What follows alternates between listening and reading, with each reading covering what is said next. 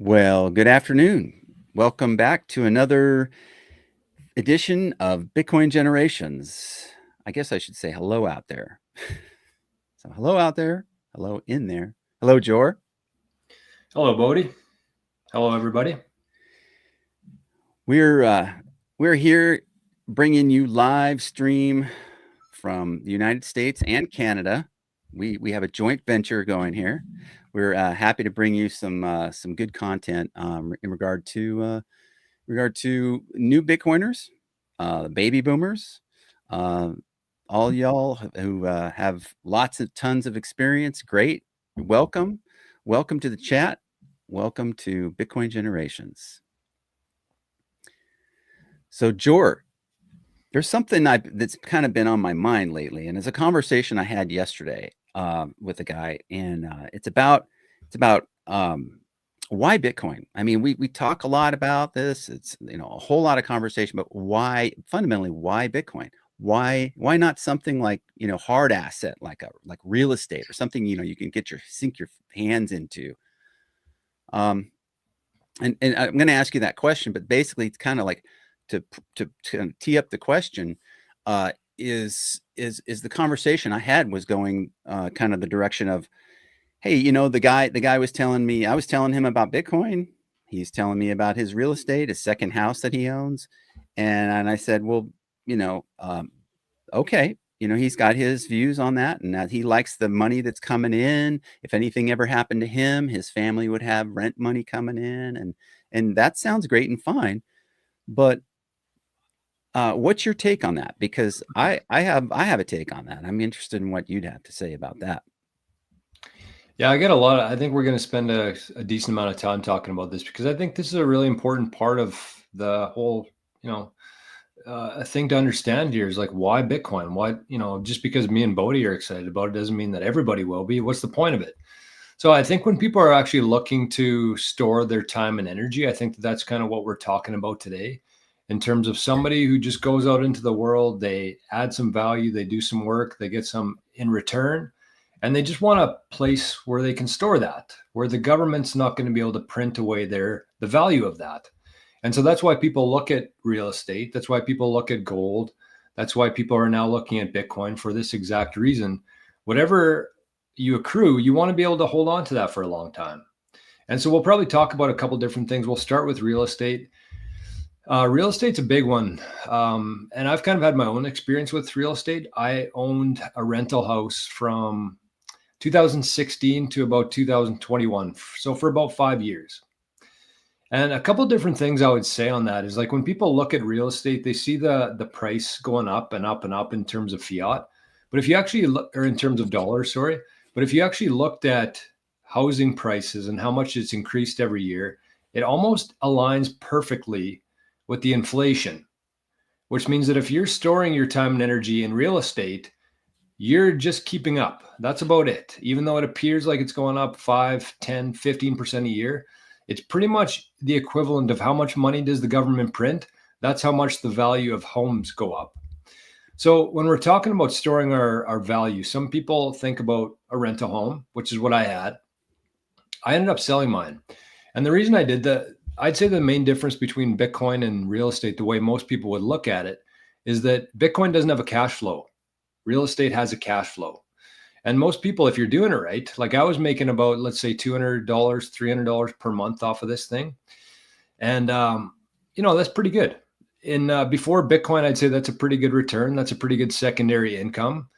The problem with that is, though, for me, number one, the costs have increased significantly since then, both the interest rates, the property taxes, the insurance, every cost associated with owning real estate has gone up significantly over the last decade. And so you're looking at it now, and I don't even know what position I would be in right now if I held on to my house, if I would still be making money, like how much would I have to increase my rent in order to keep up there?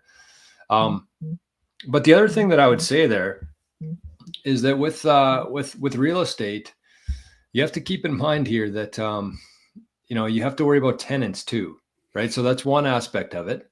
And then the other thing that I would say is that with real estate, Aside from the tenants, even though you're making $200 or $300 per month and you're putting that into a savings account or you're spending it, whatever, think about the costs that are going to come up through the years. And a big one there is the roof.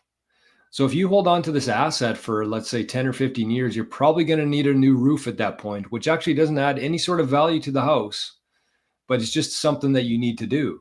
And so then you have all of your profits for the last like 5-10 years. All of a sudden you're just putting it back into the house without any sort of real return on that. So it's like, where did you get? Right. So all these things combined, that's kind of why I ended up selling my real estate for Bitcoin.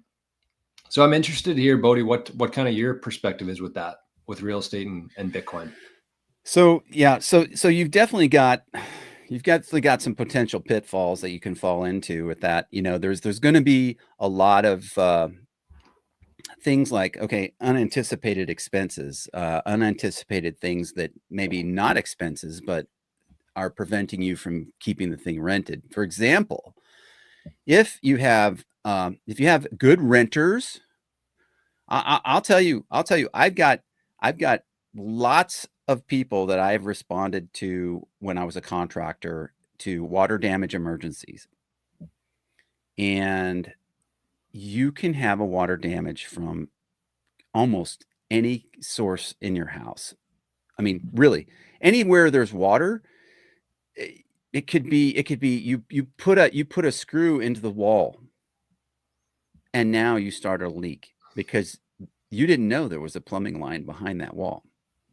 And even though it's like installed the way it's supposed to be, so all that to say that there's all different kinds of ways that you can have a problem. And so keeping the thing rented under the best of case of scenarios is you're a landlord at the end of the day. You've got to fix all that stuff and you've got to deal with, all the rigmarole if anything happens. And, hopefully nothing ever happens, but you've got all that headache, and, while the money keeps coming in, you can look at the big picture and how do landlords like that? Okay. You can go on the scale of like a Grant Cardone. That's his jam. That's what he does. He'll be speaking at the Bitcoin 2025 conference about some of this, but I think he's fairly new into Bitcoin. I don't think he's been around very long because I've listened to some of his stuff when he's been speaking. But all that to say, the thing about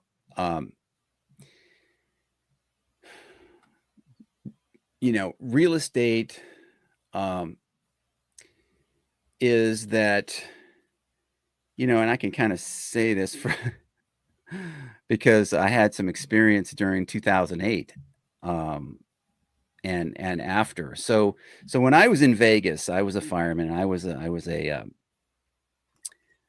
an investor and in some property, and without going into too much detail, which I already have, I would say that we went in on a property that was, according to the buddy of mine who was kind of like the big umbrella guy who gathered all these groups together.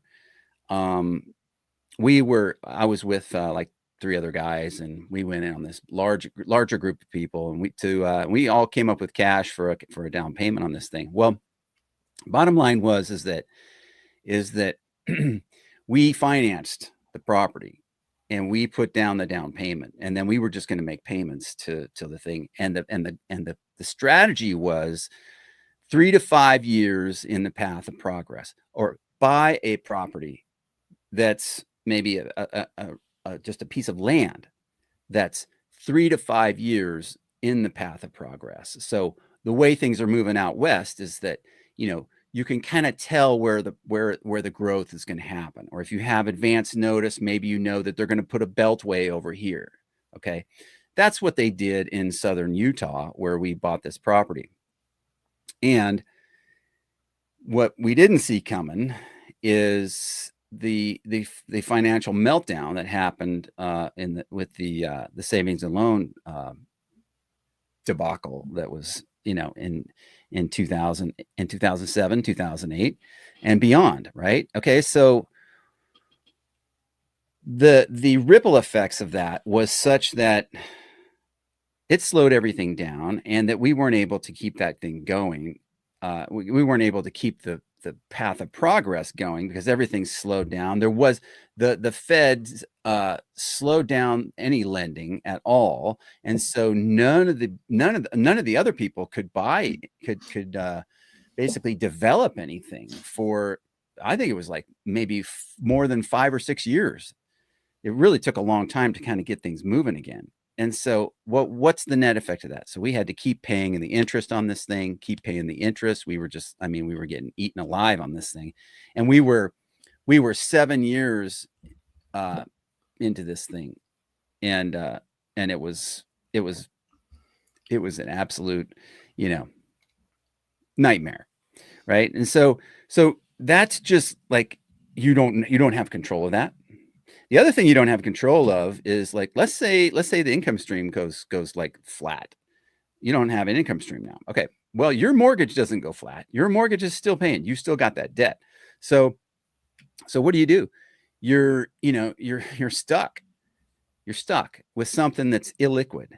And big picture, if we have some sort of like big event and stuff starts kind of falling off the cliff, things start melting down, debt becomes, payable here and there and everywhere else on a big scale, on a nationwide scale, or on a regional scale. You're going to sell that property? You're not going to sell that property because there's only there's nobody that wants to buy, something like that. So that's kind of my initial thing on that, is that, real estate's not liquid. You can't, it doesn't float very well. It sinks right to the bottom. If you have a correction like we had in my house, just to rewind back to Vegas in that time, my house went from, I think we were at, like, in 2006, we had an estimate appraised at, like, I think it was 625. And by the time we were done, when I actually asked it's a long story because I ended up having to leave Vegas because I got hurt on the job right at the time when everything was flatlining. I actually had to get a short sale on that house. I actually asked the bank if I could get a short sale, and they approved it. They approved it because of the situation. What's that? What's a short sale? So a short sale is where the bank basically approves, but it's whoever owns the loan. Oh yeah. On a house approves or denies being able to take less money on the house if somebody wants to buy it than is currently owed by the borrower. Wow. So given the situation that I was in, I had a it was a tough one. I already had some tough things going on, but I had that thing happening at the same time. And fortunately, I had a really good realtor, a guy who was very, very, very close to our family, and he was working in the short sale market. I mean, there's realtors that do nothing but that in that kind of stress situation. And he was working on that. He had talked to the lender, and he got that thing approved after about a month of negotiations. And I was able to exit gracefully from that. And for like 10 years, I was like, there is no way I'm ever getting another mortgage ever. And so that's like a case in point of a lesson for young people about, like, hey, you know what? We want to buy a house. Well, yeah, I get it. And if it's too much water, if it feels like it's pushing water uphill, it probably is.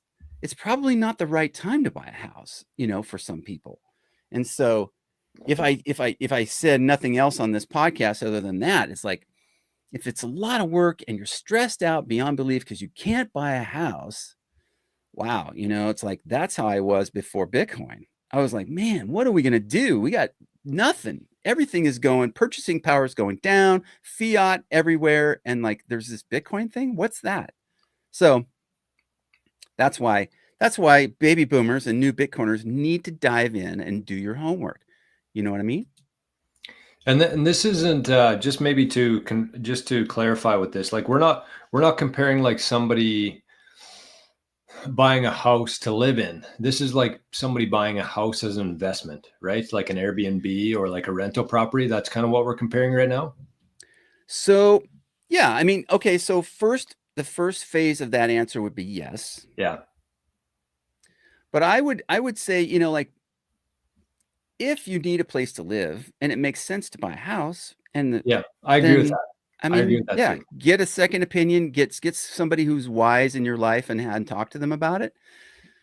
But if it's like you just got this thing in the back of your mind that I will not be 100% unless I own a house. Well, does that make sense? Does logically? I don't know. Everybody's situation is different. So kind of my thesis, just my personal opinion is do what makes sense to you. If the numbers make sense, that's probably a way to go. If it's really doesn't make sense, mm, yeah. My situation, I have a large crew with me. My family's fairly large, and so I need a place like that. Um, and we kind of we're pretty rough on the places we live, so we gotta you know, just because I have kids, lots of kids, and dogs, 2 dogs, black And I think it for black anybody lab. out there who's Sorry, go ahead. no, I was just gonna say, like, for anybody out there who's like thinking about buying a house or Bitcoin, like there are definitely times, like if it was me right now and if I was looking at a house, unless it was like my dream property and my dream city and my dream everything, I'd be buying Bitcoin over a house right now. I would tough it out and rent for a little while. This property was one that I've wanted for a very long time, and I plan on keeping this property irregardless for the next 50 years, as long as I'm alive. Whereas if I was in the city and I was working a job there and I didn't know if I was going to be there for that long, I would definitely just rent. You have so much more flexibility when you're paying rent. And if you put it into something like Bitcoin, kind of where we are in the cycle right now, yeah, you have to look at all these different things. I think that Bitcoin is going to continue to go up. I think the housing market is kind of fizzling out right now, and I'm thinking housing prices will probably come down in the future. So that's what I would do. But in terms of looking at this thing as an investment, which I think that most baby boomers would be looking at. Like if somebody has a rental property or two and they're thinking about, do they want to keep it? Everything's going up, rates are going up, insurance is going up, property tax is going up. I see Buck 52 said he paid $4,000 in taxes last week on his farm. Same kind of thing here. Like the property taxes are just absolutely insane. So I want to talk about 3 different components with this, Bodia. And I think that's when we're comparing these 2 assets, hand in hand, I think that we should look at 3 things here. You mentioned one of them, which was liquidity. The second one is real ownership of the asset. And then the third one is fractionalization of the asset itself. So the nice thing about Bitcoin is that it's actually a really good medium of exchange, which is like a money or a currency, but it's also a very good store of value, which in this case, we're going to be comparing to real estate. So in terms of liquidity, let's maybe start with liquidity, because you kind of touched on that. And you said, you get into a big deal, a lot of money, a mortgage, there's a lot of people involved there. All of a sudden, the market shifts, the market changes, either cools down or it completely collapses. Houses are not liquid at all. And I think from both a buyer's perspective and the bank's perspective there, the fact that they are so illiquid is a problem, right? If I had a mortgage or if I had a loan, let's say that I take out a loan to get a second property. I want to get a rental house. And all of a sudden, I'm good. I'm making my payments. I get some money coming in from my renters. All of a sudden, maybe my renters leave and I can't find one, or the market cools down, or I lose my job. I still have to make payments to the bank. I have a mortgage on that second property there. So from the bank's perspective, what happens there? They're obviously going to want to, come after my assets, or they're going to want to get my mortgage payment. So what do? They have to sell the house, right?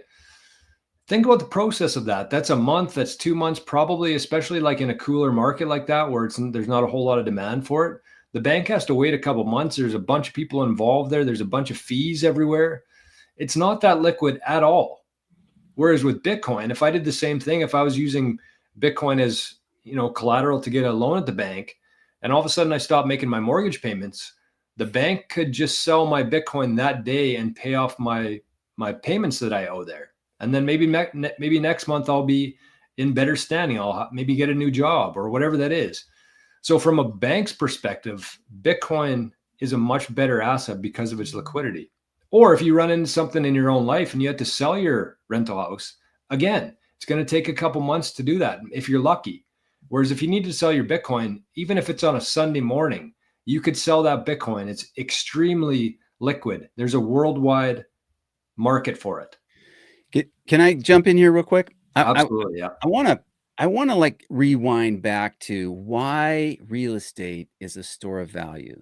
Mm-hmm. Okay, let's go back a little ways, and Jeff Booth outlined this pretty good. He talks about the reason why real estate, and if I, correct me if I'm wrong, but the reason why real estate is a store of value is because a lot of people who have a lot of money started putting money into real estate.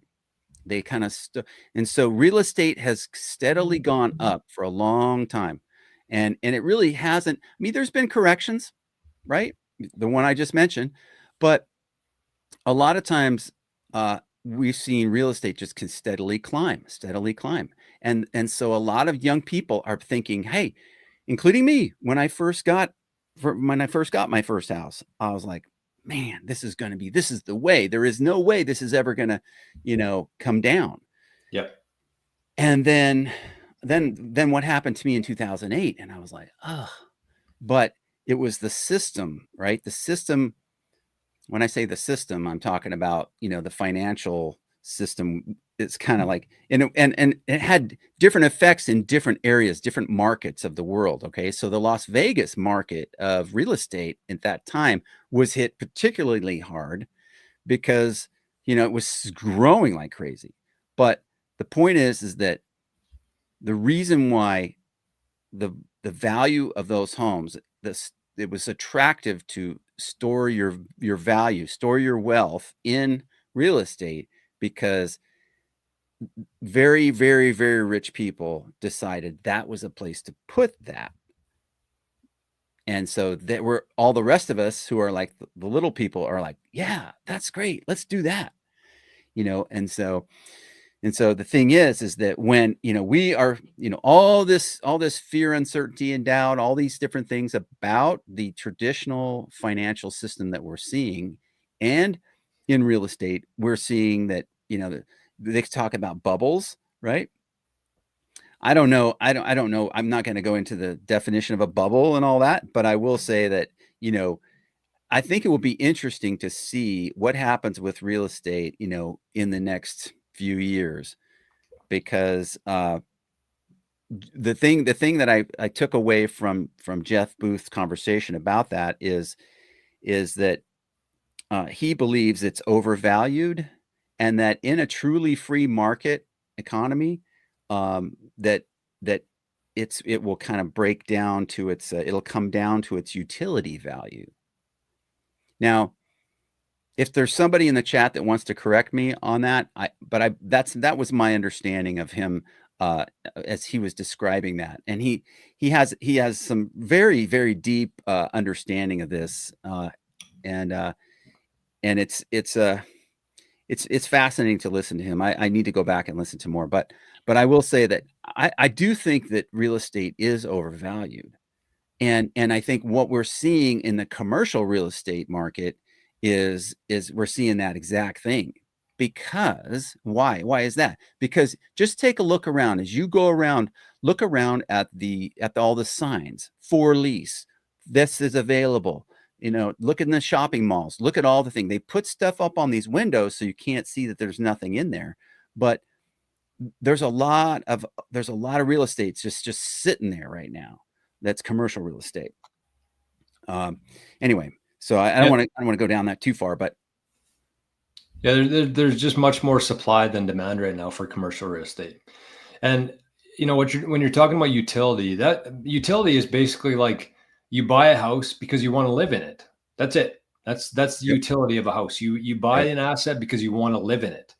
Yep. These rich people and all these big corporations, they have all these different houses that they're using to rent out and to store their wealth. Because when you think about it, like think about your average rich person, how much cash do you think that they're holding? Very little. Like if somebody had a $10 million investment portfolio, maybe like, I don't know, 100,000 in cash max. But why is that? Because cash doesn't hold any value. That's right. Everybody knows, especially at this point, that if you're holding on to cash, all you're doing is losing purchasing power every Yeah. single day. So it's not a store of value at all. So then where do you go to? Do you go to gold? Well, gold also doesn't have a cash flow. It doesn't have a monthly income coming in. You can't really build off of that. But real estate, that's where everybody went to. So when we're talking about utility versus non-utility, Saylor looks at $900 trillion worth of worldwide assets, and he said that there's half of that, $450 trillion, is just sitting there in assets like this, inactive assets like real estate. So half it's actually being used as utility by people, whereas the other 450 trillion is not. It's just like a holding place, a better way to store your time and energy. So Yeah. what we're talking about here is why Bitcoin's a better version of this and why we think that that 450 trillion will eventually flow into Bitcoin when it's currently at about 1.7 or 1.8 trillion. That's kind of like the arbitrage and the opportunity here that we're talking about during the show today. So that's a great point in terms of like the utility part of that.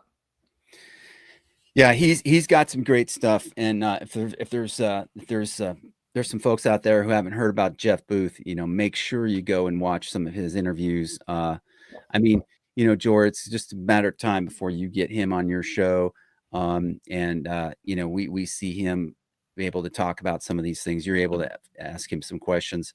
It'd be great. He actually, I reached out to Jeff on Noster a year and a half ago, when I had like 300 subscribers on my channel, and he said, yeah.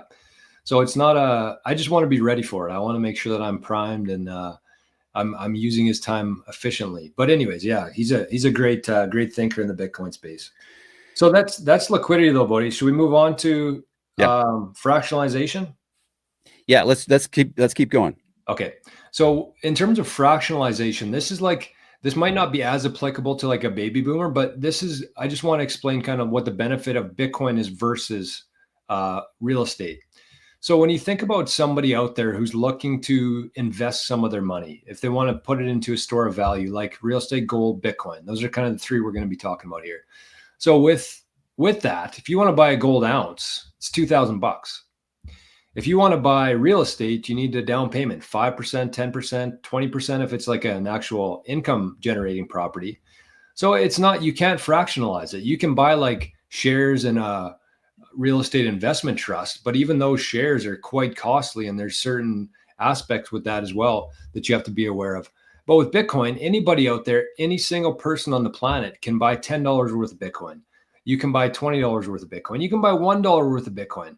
So it's very divisible. You can fractionalize it. And when you can fractionalize something, that brings more people into it. And whenever you're bringing more people into something, that means the demand for it is usually going to go up. And if the demand continues to go up, which we expect it to, as we know, the supply cannot change regardless of the demand. So Bitcoin to me has a much a better advantage there in terms of the fractionalization and the overall demand for it. What do you think about that? Well, yeah, as I was kind of looking at it a little bit just from this perspective, and that was that there's fractionalization. So there's real estate is not it's not really fractional. It's you can't really Yeah. divide it up. Okay, you could maybe stretch and figure out, okay, let's say Joe and I and maybe 5 other people are going to go in on a piece of property. Okay, then we own a little piece of something that's not liquid. Right. Okay, so it doesn't get better from there, it only gets worse. So it's not really fractional. It's also it's just and I don't want to downplay it at all. I mean, it's a really great thing. I mean, I'm a big proponent of farming, and I love that. And I think there's ways to kind of like join together and like and maybe, lease out farming, come in different kind of arrangements on those kinds of situations. But as far as as far as that, it's not that's not the way to go. It's definitely not fractional in terms of that point.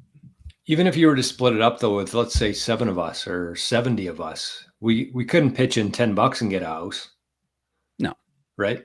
no, no. I mean, So you're doing the same kind of thing that we were talking about, and in your, whatever size it is you want to get, whatever kind of property, whatever size it is, those things, you're always going to be coming back to. You own a little piece of it, and the expectation is that you're expected to pay for that and the ongoing maintenance and the HOA and so, you know, here I would just throw this out there just for this the last part. I mean, this doesn't really belong in the fractional part of this conversation, but if you do have a second house, or you do have a way to or you have somebody, you have a warehouse or you have a business or something, and you want to heat that, you're going to need to heat that. You really are doing yourself a disservice if you don't look at the mining, the reuse of heat that comes off of Bitcoin miners. Like I said last show, it's really going to change plumbing and heating the industries, at least in the United States, probably the world. I know in Canada, you guys are going to need that for sure. It's coming in a but big way. so just going down the lines of that, then, if you think that so somebody asked me on the show today, is the days of home mining done? And I said, the days of home mining are done in terms of like people buying a miner specifically just to mine Bitcoin. Those days are done because it doesn't really make sense anymore. The cost is too high. You might as well just take that cash and buy Bitcoin. But I said it hasn't even started in terms of people actually using Bitcoin mining to heat their house or to heat their pool or their shed or their shop or whatever. So that hasn't even begun yet. So if we kind of tie these two things together and say, yes, Bitcoin mining will be used in all these different applications, residential, commercial, everything like that, that means that the demand for Bitcoin is going to go up because there's going to be more people on the network, which is going to drive the price of Bitcoin up even further. There's more people competing for the next block, which will eventually flow into the overall value of Bitcoin. So yes, 100%. Okay. So let me talk about that for just a second. Okay. So what you said, I think what I heard you say was the days of mining just for mining Bitcoin in your house is over. And I would agree with that part of it, but I would say the days of mining Bitcoin in your house to reuse the heat to heat your hot water have not even begun. No, that's what I mean. Well, yeah. So that phase is over. We're into a new phase, and it's not slowing down. You're No, it hasn't even started yet. Hasn't even started yet. So it's like don't get turned away from the first part of the answer. Yeah. Yeah, it's coming. It's coming. And the guys who are the contractors, who are the plumbing contractors and the HVAC contractors who are on the ball listening and watching what's going on here. We have one in our group. I mean, yeah, those guys that I saw down there in Denver, and there's lots of other ones too. Bob Burnett is involved in this space. It's going to be crazy watching what gets developed in terms of new technology for water heaters. Just for that, just watching that, it's amazing. But that's what I'm saying. Like, it's all these people who are going to be mining Bitcoin to heat their house, to heat their water tank, to heat their pool, whatever. All of that's going to be new Bitcoiners, new people on the network. That's going to make the price and the value of Bitcoin even higher than it is today. Just that aspect alone. Yeah. Right. And when we go to the mempool.space and you see the hash rate, yeah, you think about what's going to happen with the hash rate when you turn on, 50,000, water heaters that are mining Bitcoin or 50 million. Or, yeah, this technology goes worldwide, people need to stay warm. Gravy. It's exciting. Yeah, it So is. yeah, anyway, I started to throw that into the fractional part of the No, it's good. That was a conversation. good part. And I want to follow this up with actually Jet's comment there, if you want to bring it up, Bodie, Yeah, who let's said, do more that. importantly, if the value skyrockets of real estate, you can't sell off 20% of it like you can with Bitcoin. Which I would push back slightly and say that in that sense, if the value went up and you wanted to like cash some of it out, you could always refinance your house, which I think would be the same kind of a thing. But that takes a lot of time. That you have to get in touch with the bank. They have to approve it. They have to come to your house. They have to appraise your property. You can't turn around and do that in like a day. With Bitcoin, you could do that in 5 minutes or less. So I think that absolutely great point in terms of the fractionalization and how it relates to that. Yeah. Refinancing would be kind of like a portion of that, but at the same time, it still takes a lot of time. And by the time you go through that process, you might have missed your opportunity to put it into something else or whatever you wanted to do with it. With Bitcoin, you could turn it around and sell that asset if you wanted to shave off 2, 10, 20% of it. You could do that in 10 minutes. Yeah. So you can buy it easily and you can sell it easily. That's what liquidity means. That's a very important part of any asset that you're holding on to. Yeah. Now let's not forget. You can say, "Oh, we'll just sell," or "Oh, we'll just buy real estate." Don't forget. You don't forget Yeah. all the rent seekers that are in line there too. All Right. those middlemen. Right. Okay, I cannot tell you how sick and tired I am. No offense to anyone here, but real estate agents, mortgage lenders, appraisers. How many other people can we put in that line of, like, No doubt. pest control inspectors? And I mean, you go to I There's too many some of hands to you feed. some of you can tell this story better than I can about how many different kinds of, cockamamie things people have to put in line to get their house sold or to buy a house, or they have a septic inspection. I mean, are you It's kidding not. me? Not It's to just a huge mention, headache. It's a huge not headache. not to mention the the state or the local jurisdiction wants their cut of the slice of the pie. And how about this? The mortgage insurance. Like, I mean, some of the most worthless rent seeking, grifters I've ever seen is in that space. And I don't care if I ever sell or buy another house. I'm just so sick of all that. That's, to me, that's right up there with HOAs and anyway. So Well, rant over. let's get to that though, because you mentioned that the city and the state and the whoever, their ability to influence the real estate market. So let's go to the third one here that I wanted to talk about, which is ownership. So, when we think about things, when we think about assets, what you want to have there is an asset that you hold, that you have all ability. You don't need permission. You don't need to pay anybody a tax on it. That's what you're looking for. Yeah, Buck52 said about 8% of sales just to sell the thing, which is insane. But with ownership, if you think about real estate, and you might say, well, Bodie, I got a piece of land here, like it's been in my family for a long time. I own that. That's my land. I can go out there whenever I want to. I can drive on it. I can hunt on it. I can build on it. Well, kind of build on it. You still need permission to build on it, right? But just stop making your property tax payments for a month, a year or 2 years, and then see what happens. See if you really own that property. So with Bitcoin, though, you do own it. If you buy Bitcoin and you take self-custody of it and you put it into your wallet, that is absolute ownership there that nobody can take from you. You don't need anybody's permission to send it or store it.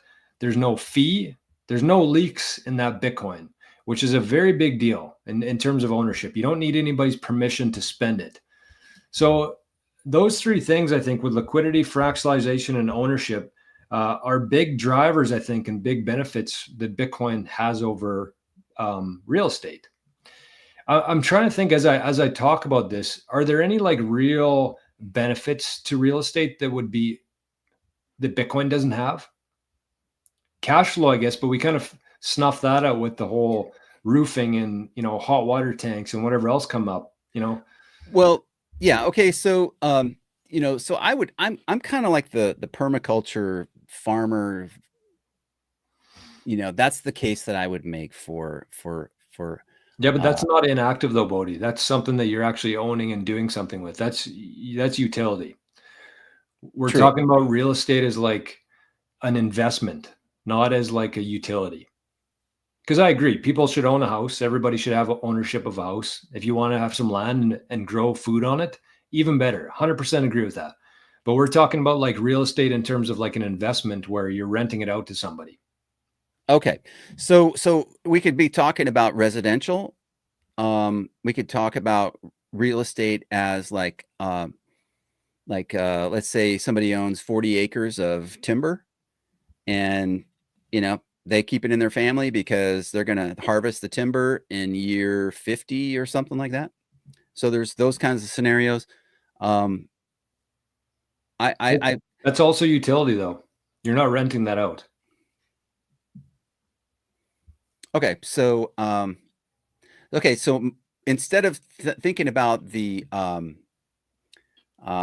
Sorry, I didn't mean to put you on a spot here. I just no, can't think of any reason to own real estate either. So I want to throw it over to you. yeah. So, It's probably good that there's a silence here and no, yeah, like I honestly can't think of a reason why anybody would own real estate over Bitcoin. the Chat, let us only, know if are we missing something here? Like, no, what would be one benefit of owning real estate over Bitcoin?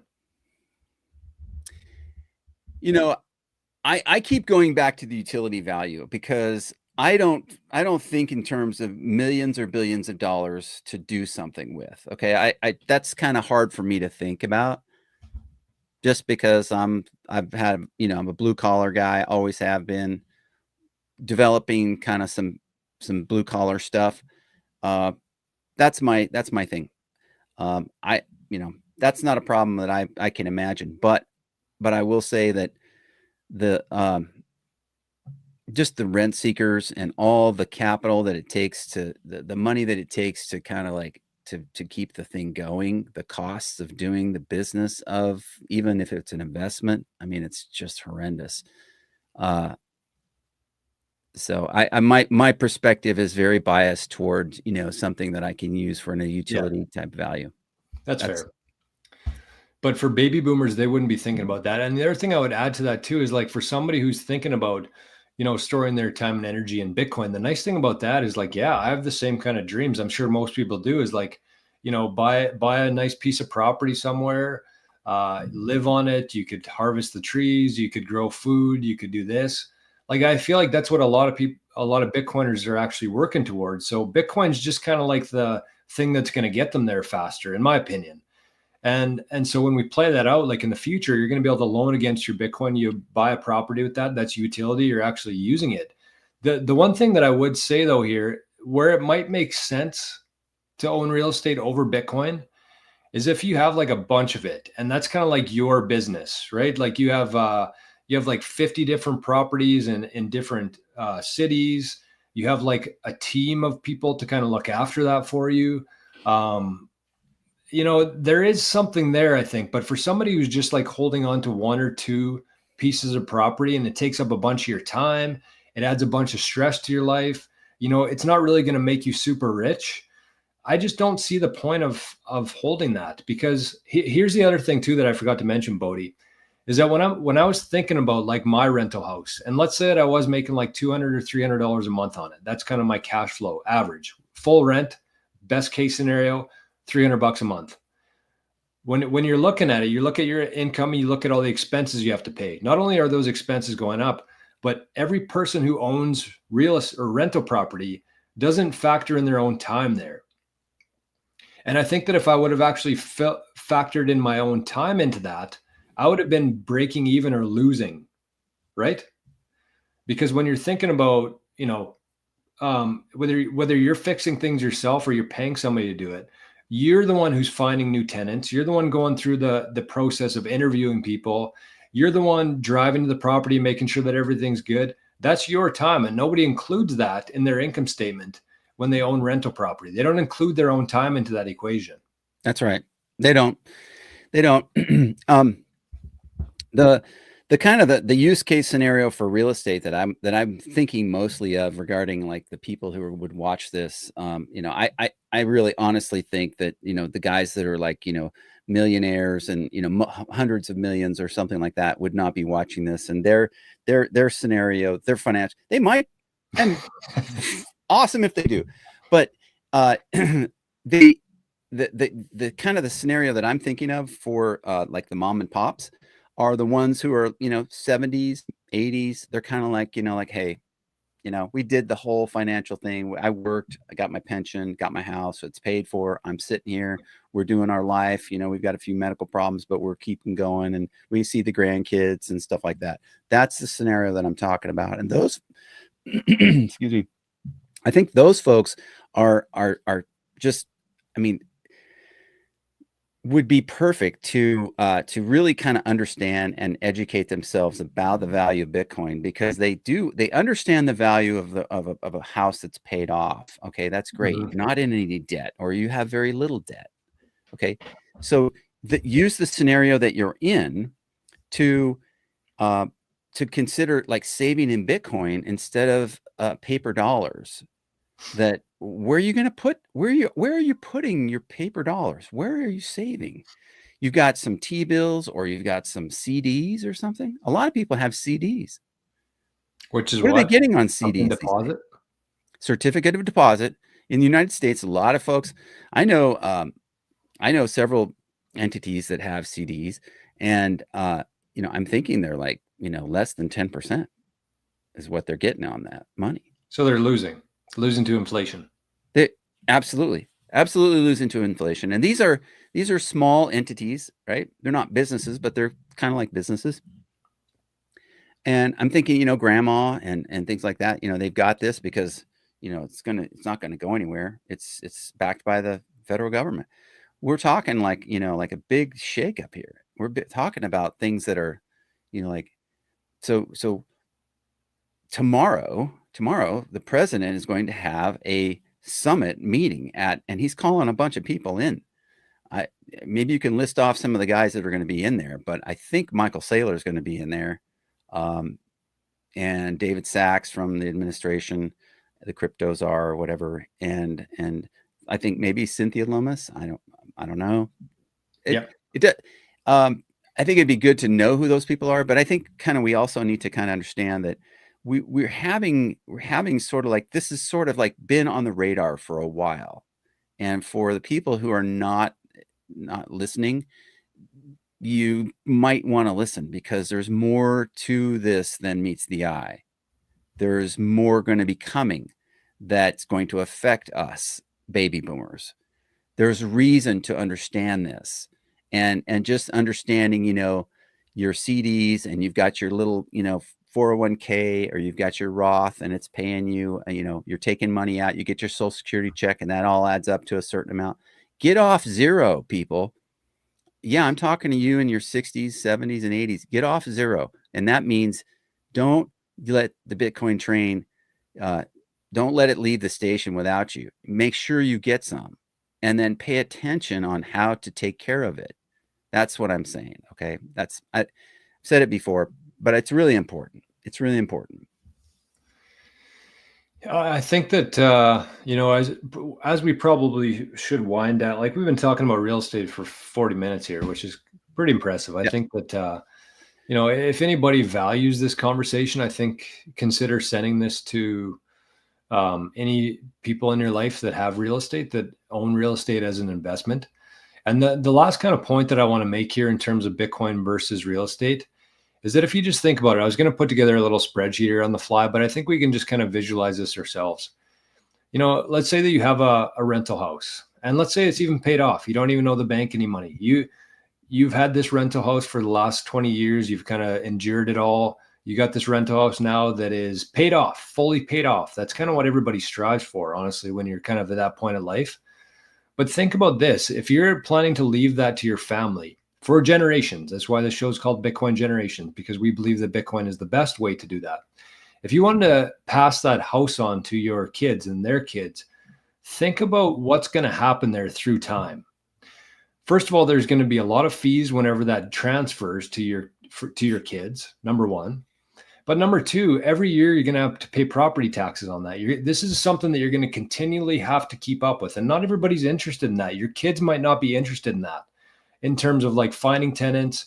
But the point here that I'm trying to make is that even though the housing prices will probably continue to go up, best case, we can assume that has a lot of leaks in it. That has property tax, that has insurance every year, that has what else am I missing here? Property tax, tons of things, maintenance, roofs, everything, right? So that's just going to keep eating away at it. This isn't an asset that you can just preserve without anything coming out of it. We just talked about all the people within this industry who are being fed every day by the real estate industry. So it has a ton of leaks, a ton of fees, a ton of annual cost to that. So even if you held it with no mortgage on it for the next 20 years, a lot of that equity and value is going to just be chewed up and eaten by fees on that. Whereas with Bitcoin, this is the big difference maker for me. You could buy Bitcoin today. You could send that to your cold storage. You never have to think about it again. You don't have to do anything. You don't have to pay anybody to manage it. That same Bitcoin that you sent today is going to look the exact same in 50 years from now. The amount will not change. As long as you don't spend any of it, there's going to be no fees, no tax, no hands wanting any of that. That's yours. That's what you can pass on into the future. Store of value without any sort of leaks in it. And that's massive. It is massive. It is massive. The amount of Bitcoin will not change. The value will change tremendously. Right. And the price of everything in Bitcoin will continue to go down. That's what the beauty of that's what, you can learn all about that listening to Jeff Booth and those guys. But, we have beat this real estate horse to death. Absolutely. And I just wanted to go through a couple comments here. Yep. When you make a deposit, Buck 52,000 says, you make a deposit, you've loaned money to your bank. It's their money now, and you are merely an unsecured creditor. Absolutely. You're in their system, and it's their system, and you just happen to be in it, giving them what they want. Okay.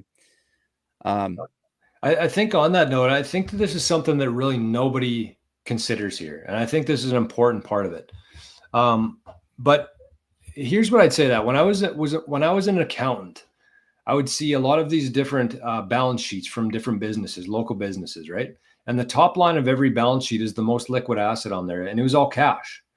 But when I left accounting, when I figured out what Bitcoin is, when I learned about money, I realized that even though it says cash on a financial statement, cash that you hold in your hand and cash that you have in a bank account are two totally different things. Because that cash that you have in your hand, you own that. You don't need anybody's permission to use that. You don't need to pay any fees on that. You own that. That's when we talk about ownership with Bitcoin versus real estate. You actually own that $20 bill or $100 bill. Whereas if you had $100 in the bank, that's just an IOU from the bank saying that, yeah, maybe, if you're living right, if you're playing by our rules, we'll let you spend that $100 that you deposited here. Those are two totally different things that are kind of blended in as one, but they're two much different things. And I think that if more people realize that, the world would look a lot different. Well, you can't, we talked about real estate a lot, but you can't really, the worlds of real estate and banking kind of come together. Yes. I mean, there's sort of like this union that happens right there. And that space in between is just a nightmare. You've got proceeds that go from this bank to that bank, and they have to be wired this way. And they have to, and if you want to get any money out of that, then you have to have, it has to be pre-figured out, or you have to go get a cashier's check. And if you get a cashier's check, well, is it a cashier's check or is it a certified, something else? Depending, here in the United States, you take, let's say you want to go from that bank to this bank, because you're still in their system. You have to take the check from over here. You have to take it over there. And then they are looking at that check that you just took cash out of your bank, put it in a cashier's check, and now you go over here and they're looking at you like, hey, boy, I don't know, this might not be a good check, and you're like, I just, like it just absolutely, it just fries my brain how much of a no control that we have, right? It's the system that we're in. So that's why we say, you know, it's there's a better system. There's a better system. And that's why all assets will move to this new system Yes, because it's exactly. easier. It's easier and it's decentralized. It's not controlled by the central banks. The regional banks, there's nothing wrong with them. They're controlled by the central banks. Right. So when we decentralize everything above the local banks, all that gets decentralized. It's like now you can see the sky again. Okay, great. Well, the local banks can then do business with us. We can go in there, deposit Bitcoin if we want, if this is set up this way. Yeah. We can go in there, deposit Bitcoin into this local bank, and then we get a loan on our whatever property we want or whatever thing we want. You want to go buy Lambos? Great. Here's your money. But it's backed by something that is backed by proof of work, not proof of stake. And I could segue into the next thing that I wanted to talk about, but we are pushing on an hour here. I think we've beat the dead horse about the real estate, but I'm kind of on a roll again. I'm kind of on a roll here. There's way too much money in real estate right now that's going to flow into Bitcoin. And I think that's the point of this, is we talked about the fact that we're talking about inactive houses, not like people sell their houses to buy Bitcoin, but like rental properties, commercial stuff like that. $450 trillion worth in today's terms, right? That could be a quadrillion in a year from now. It could be more, but in today's, purchasing power terms, this asset class has about, I don't know, 300 to 400 trillion dollars worth of capital in it, which is, as people figure out that Bitcoin is a better alternative to that, that's going to flow into Bitcoin. And Bitcoin's currently sitting at less than $2 trillion market cap. So that's kind of why we're talking about this, is just to show the opportunity and kind of what's coming here, whether we like it or not. It's coming. We can't even, I mean, Jor, we have trouble like absorbing how big 1 million is. I know. You see a million of anything, it's huge. But I mean, you're talking like an ocean. It's like huge. It's like the biggest kind of scale you can imagine. And this is why everybody's so upset about what's going on in down in DC. There's a lot of people upset about that worldwide, right? Well, think about, as this plays out, think about how many hands that are being fed right now. We've talked about the realtors, the mortgage brokers, everything, the bankers, the lawyers, the insurance companies. The insurance companies. Like these are all hands being fed from this market right now. So of course they're going to be pissed about it. Yeah, absolutely. They're hot. They're white hot. You know what? I hope they melt down. They're so hot. I can't wait. I actually, give me a bigger bowl of popcorn because it's not big enough. I like my popcorn a certain way, and I don't have enough popcorn for sure. I mean, it just, dude, I understand. You've been around, your mid 30s, something like that. You've got this much like tired of it.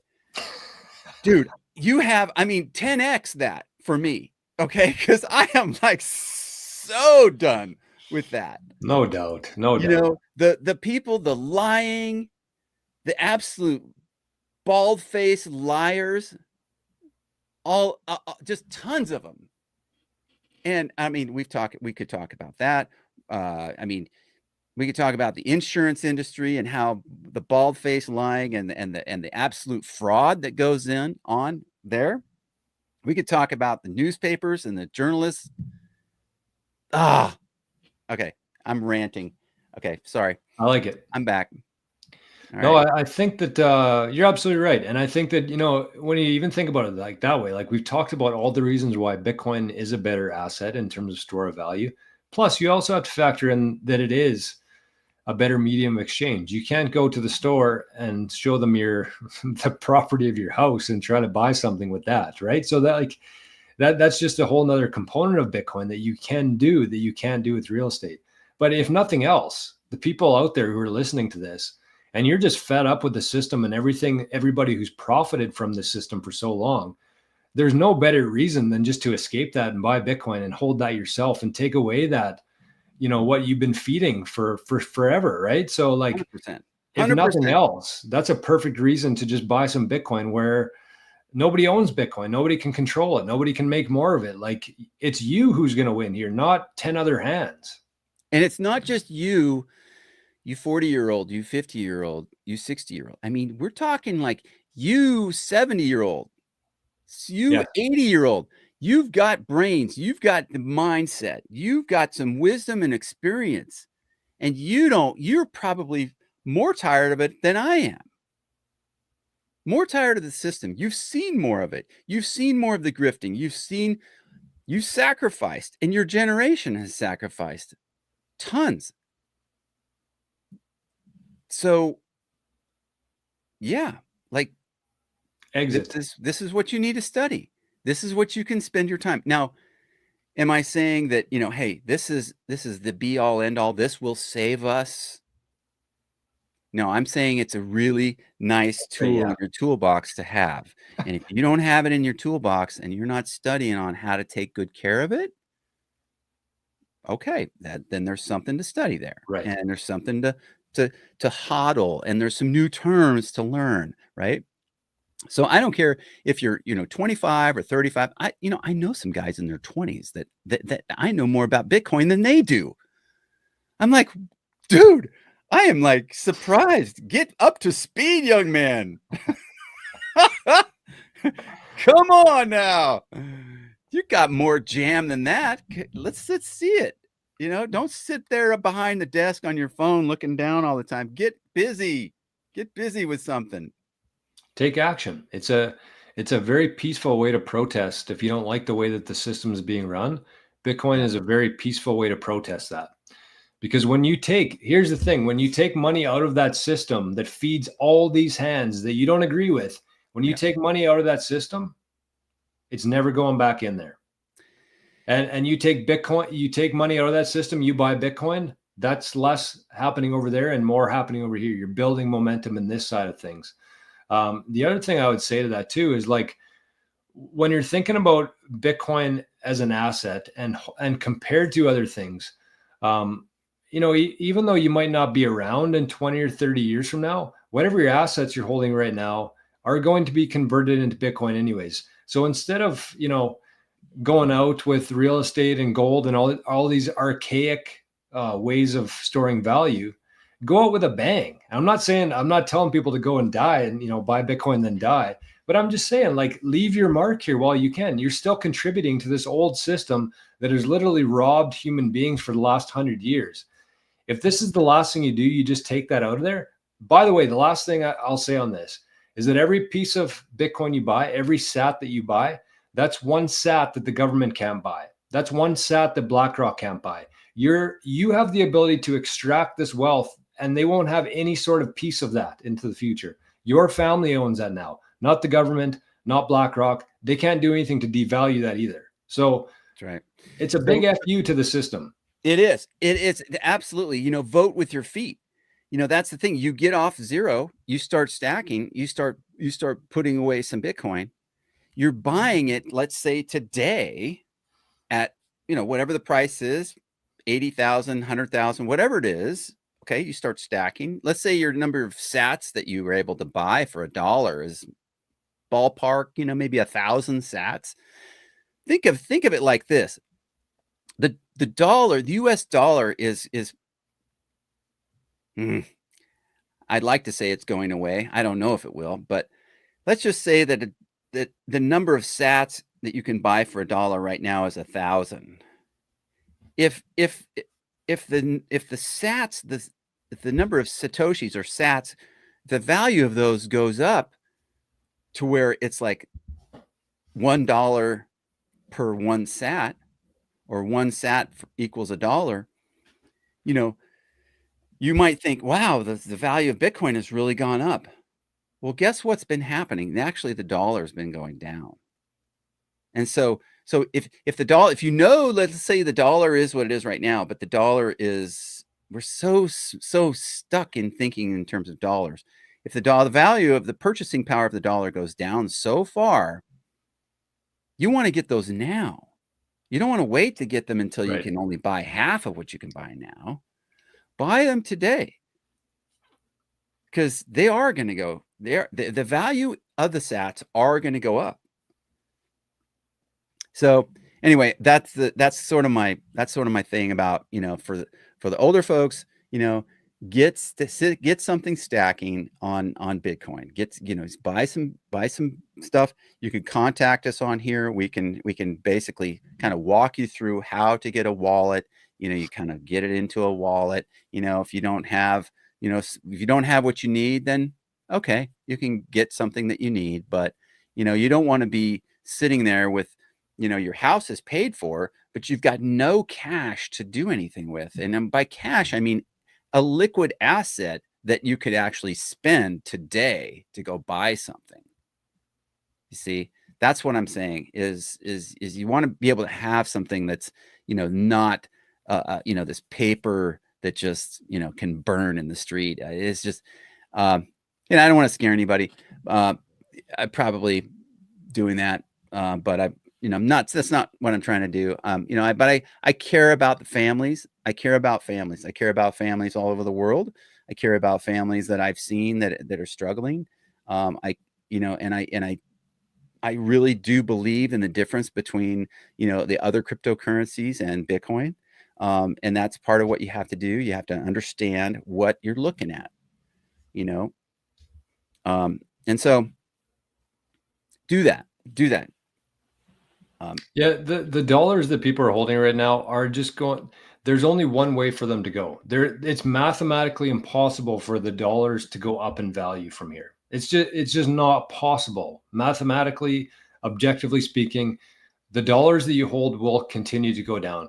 Real estate will probably keep up with inflation kind of at the same rate, but you're not getting ahead. You're just breaking even. You're like in a pool and you're just barely keeping your mouth above the water. And that's it. That's all you're doing, right?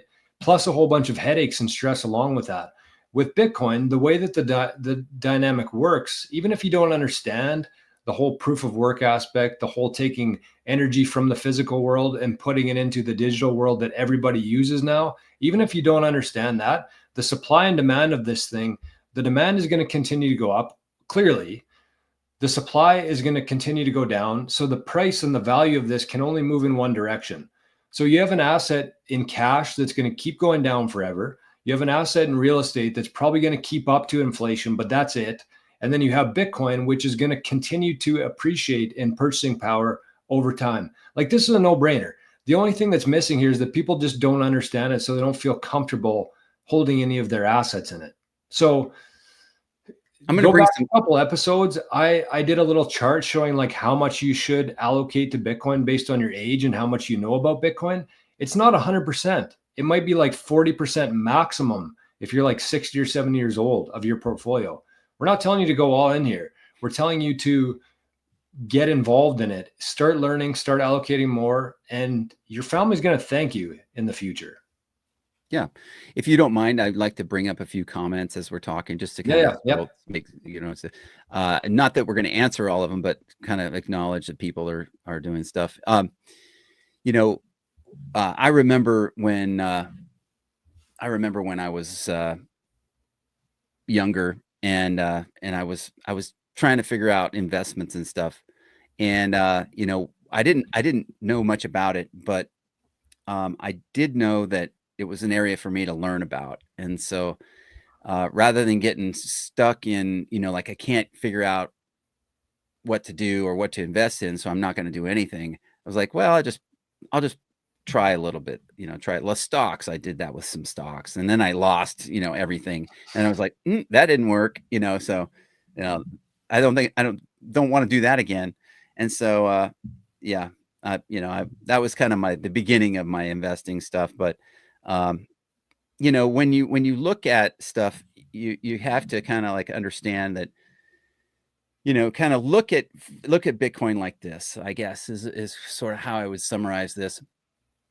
Okay, when the internet first came out, okay, people my age remember that. We remember it very well. I And remember too. it was crazy. I mean, it was like, what?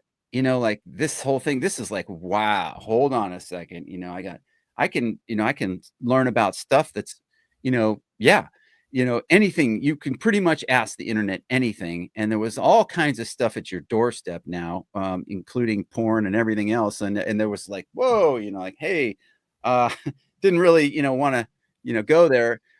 But and then putting your credit card into, to purchase something, that's like, whoa, whoa, that's a big step, right? So when we were in the early days of the internet, right, we were like, wow, this is really something, like, but people like, okay, we're going to dive in. We're going to find out, is it okay? How do we get a thing to where we can be, trustworthy, or at least verify that, this is actually a secured location to put a credit card in if you're buying something from this website. Okay. So there's some standards and there's all that stuff, right?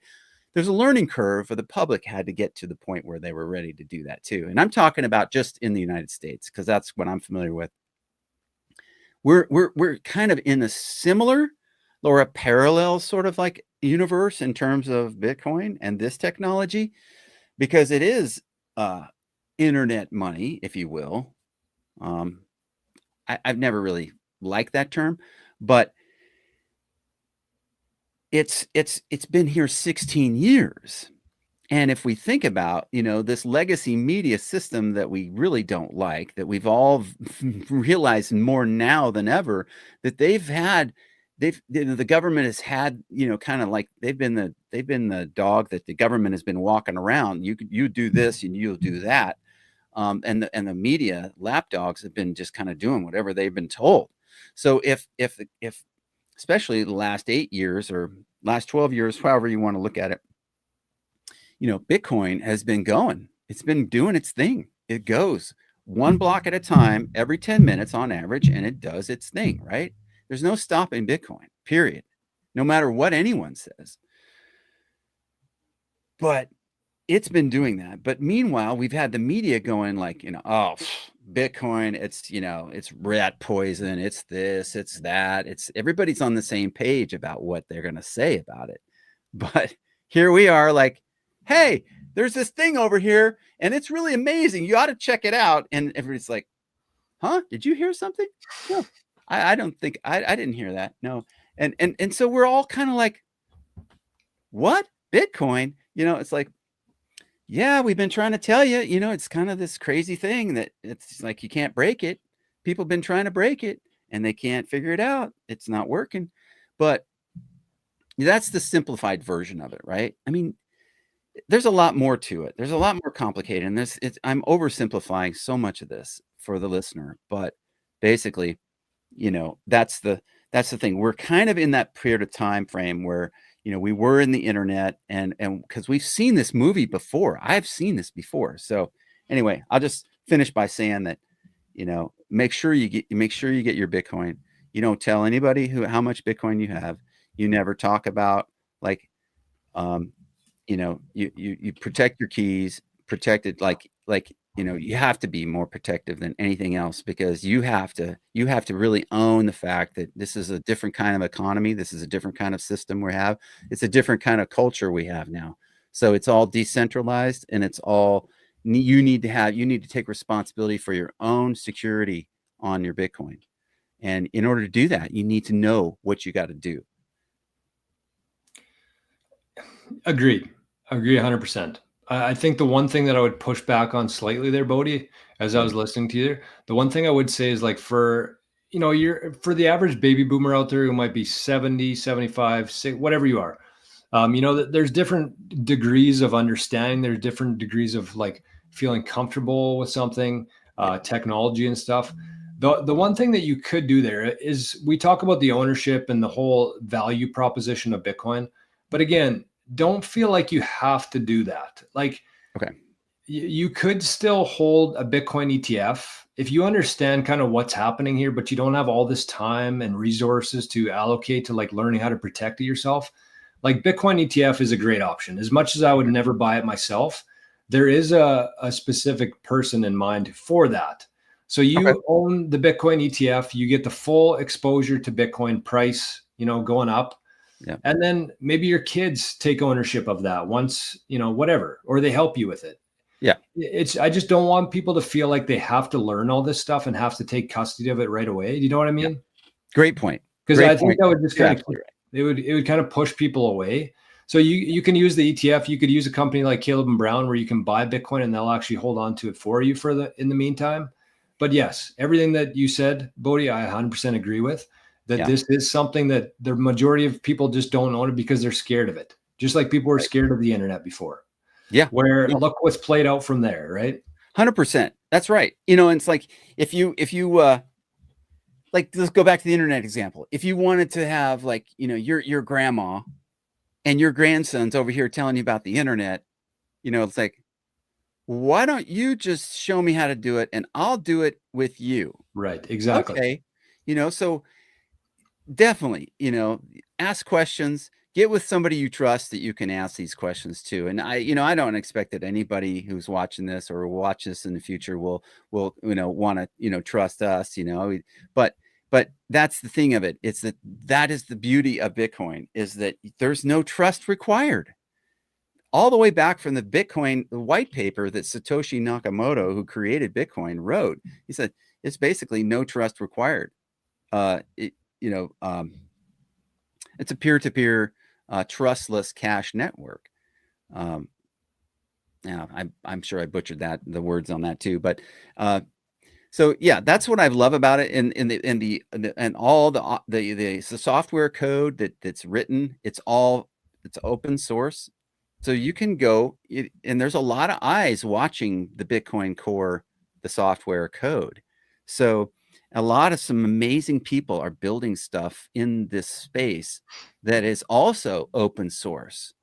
And there's like a foundation that people donate money to that the board of directors donates that money to open source developers who are doing this. And it's just amazing what's going on, what's being built right now, and what we'll see in like a month or 3 months or 6 months or a year from now.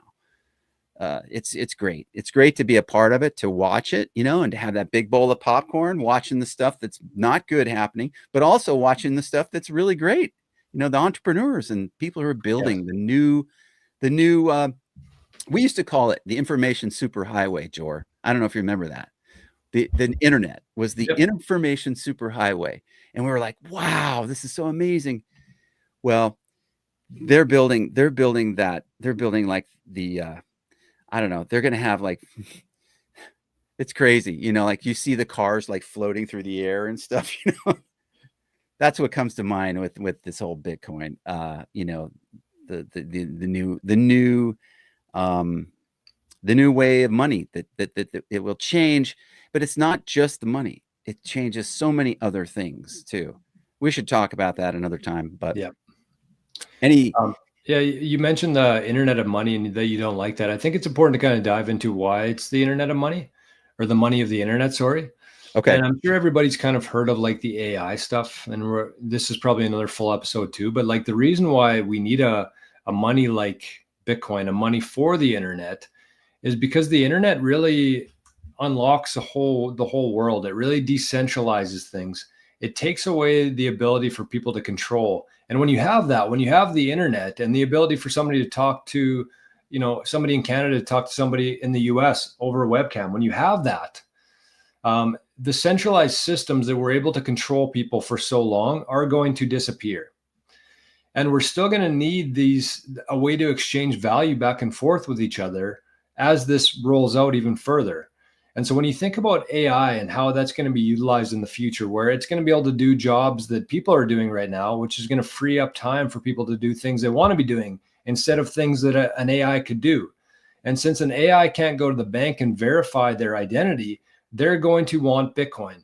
So as we're paying these AIs and these AIs are paying each other, they're going to be using Bitcoin. It is the money of the internet. As we move away from all this centralization, that's why it's the money of the internet. And that's a big part of its value prop, aside from a medium of exchange and a store of value. Like that's kind of where this whole thing is going to now. Plus, you can't send money easily from country to country, person to person. There's too many hands in the middle there. That's the whole problem with that centralized system.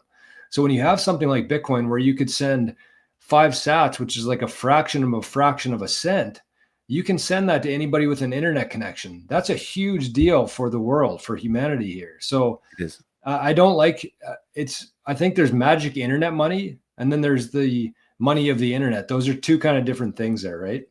Yeah. The magic internet money. Okay, so let's look at that. Yeah, no. Yeah, magic internet money is sort of like, fairy tale dust and Right. stuff, That's different. Right. Yeah. But the money of the internet is very useful. The money of the internet is huge, and it's critical to the new infrastructure that we have. Yes. That is it's not being built. It's still being built, but it's already here, and it's going to just continue to be built out. Yes. Bodhi, can you go back to that? This is something I've been talking about for a little while on my channel. There's Which one? a comment about a Bitcoin being a battery. I Oh, really yeah. hope that this analogy catches on in the Bitcoin world, because I just think it makes so much sense. Max Minion. Yeah, so the comment here from Max is Bitcoin is the perfect battery to store your energy. No leaks, no maintenance, just freedom power. So this whole show today, we've been talking about store of value, right? And so if we think about Bitcoin like a battery, and we think about money and real estate also as a battery. So let's kind of play that out here, because I think this is a very important part of this and a good way to wrap up the conversation today. So when you go out into the world, again, you're adding value, you're working for somebody, you're doing something productive, and then you get something in return for that. Could be money, could be Bitcoin, could be strawberries. If if that's what you get paid in for your time, that's what you're storing there. But we'll use dollars. So you take your dollars and you want to store it somewhere, because money is just it's kind of like a holding tank, something you want to buy later, right? Like nobody wants to own money. It's just something that we have between us, earning something and then wanting to buy something with that. So think of storing that in a battery. And there's different kinds of batteries, even though, there's Duracell, there's Amazon, there's all these different kind of batteries. They're all batteries, but they're very different.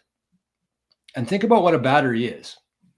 You put energy into this little wee thing. Like if we think about like a AA battery, you put energy into that thing and you want that to stay there for as long as possible, right?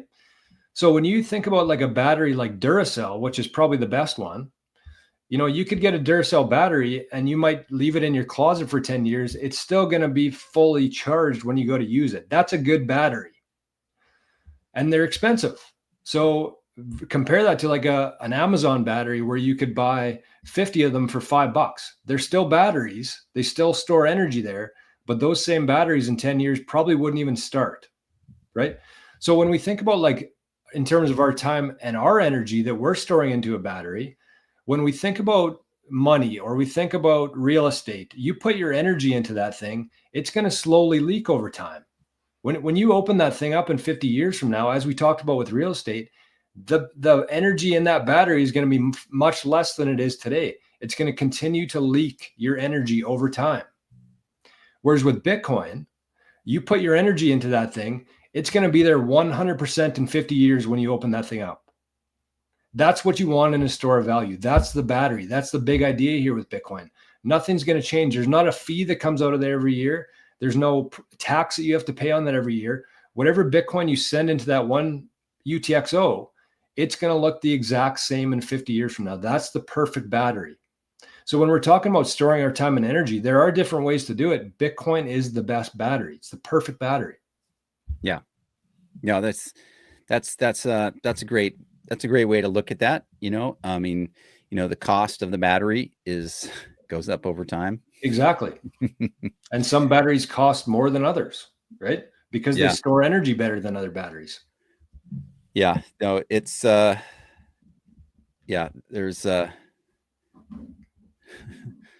Oh yeah, we've got we've got a few comments here. Um, let's see. Don't forget to smash the humiliate the like button. So we definitely love it when we have subscribers, but won't beg for any subscribers. If you like our content, great. And if you don't like it, get out of here. Right? Bam. Yeah, make sure you send Bodie a couple sats. If you got a lightning walled open, send some sats Bodie's way for the show today. If you learned anything, I'm always learning something. So I appreciate any opportunity to learn, but I don't know if I'm teaching anybody today. But just good. It's of course we are. It's good conversation. The more we can talk about this, the more it becomes a reality, and the more people that understand Bitcoin, the better for the world, in our opinion. So that's why we're here. Yeah. So I'll answer this. J Dog's got a question here. The tartan behind me. This there's the story. I'm not sure if it's the Stuart tartan. I'm not sure, but this is actually a wool blanket. It came from my wife's family, and I've sort of there we have another one that's a different tartan. It's green and blue and some different pattern on it, but this one I decided was going to be my backdrop until I finish my studio. So we are still in construction here in terms of the studio. And because I've got so many other things going on, that's why I'm working on with a tartan in the background. So you don't have to see just a white wall. I figured it was better than just a white wall. So I don't have a nice big room that I can show you the back of like Jor has and stuff. But I just got a nice dog. That's all. You got a nice dog. I'll tell you what. It's not more than once I have thought about bringing my dog in here and having him be a part of the show. But my problem is I got 2 dogs. And if I brought one of them upstairs here, oh my, the other one would go crazy. And there would be no peace in this house. And then I'd have my other family members that I also have to talk to about it. So, you've got it pretty good, Jor. You got a limited number of folks over there. So limited distractions. Yeah, I love it. Although Arnie does a pretty good job distracting me a lot of days, including today. He was a major distraction on the show today. So was he? Oh, you mean earlier? Yeah. Earlier, yeah. Yeah. He's quite the outdoorsman. I've seen some pictures of him outside, and I wonder if he's listening right now. Arnie, are you over there? Arnie, are you awake? Are you listening? I see some eyes looking up a little bit. Yeah. Well, anyway, we appreciate Arnie and Jor, your co-host. So you guys have a great day on the show here. Any final thoughts before we head out?